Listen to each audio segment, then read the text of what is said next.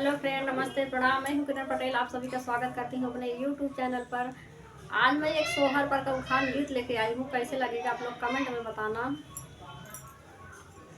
हम ताया के लपिया घारा जिन लूटाया पिया, घारा जिन लूटाया पिया।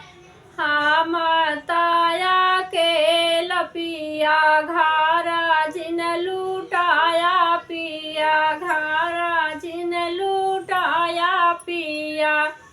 पितारी का नथिया पिया, या गवाई से बनवाया पिया, या गवाई से बनवाया पिया।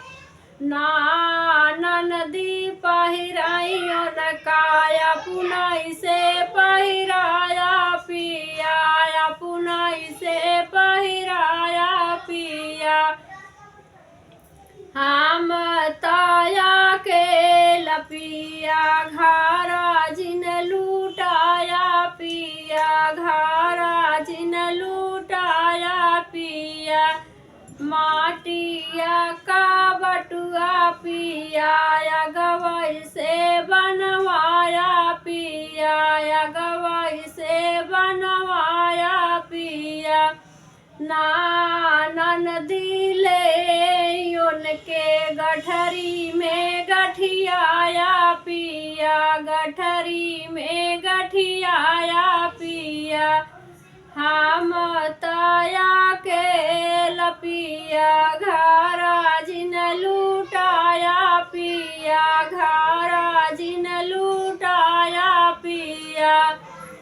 काठवाई का घोड़वा पिया, या गवाई से गढ़ाया पिया, या गवाई से बनवाया पिया।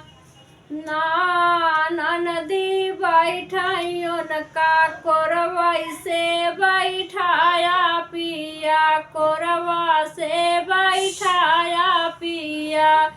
हम ताया के लपिया घारा जिन लूटा